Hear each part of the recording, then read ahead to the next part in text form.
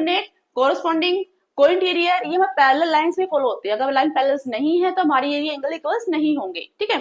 तो ये देखो ये अंदर एंगल, ये एंगल अंदर है, ये से बोलेंगे कि एक लाइन के इस तरफ है एक लाइन के इस तरफ है, तो ये हमारे एंगल्स इक्वल होंगे। इसका नाम होगा ऑल्टरनेट इंटीरियर एंगल, ठीक है। ऑल्टरनेट इंटीरियर एंगल, एक लाइन के इस तरफ एक लाइन के इस तरफ।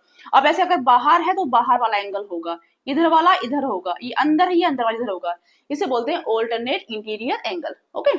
अब है ऑल्टरनेट के बाद है कोरस्पॉन्डिंग एंगल की बात। अगर मान लो देखे मैंने कहा दो लाइन पैरेलल्स हैं, ये पैरेलल है, तो दोनों कोरस्पॉन्डिंग एंगल्स होते हैं लाइन के एक ही तरफ होते हैं, या इधर होंगे या इधर होंगे।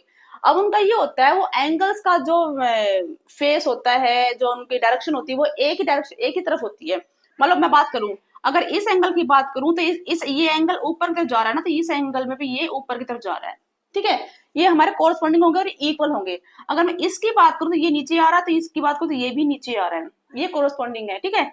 यहाँ करे तो यहाँ ऊपर जा रहा है, यहाँ करे तो यहाँ ऊपर जा रहा है, यहाँ करे तो यहाँ नीचे आ रहा है, ये करे तो ये इसके नीचे आ रहा है। तो एक ही डायरेक्शन में खुलने वाले जो मुंह होते हैं वो सेम कोरस्पॉन्डिंग एंगल्स बोलते हैं, वे हमारे इक्वल होते हैं, ओके क्लियर, वो हमारे इक्वल होते हैं।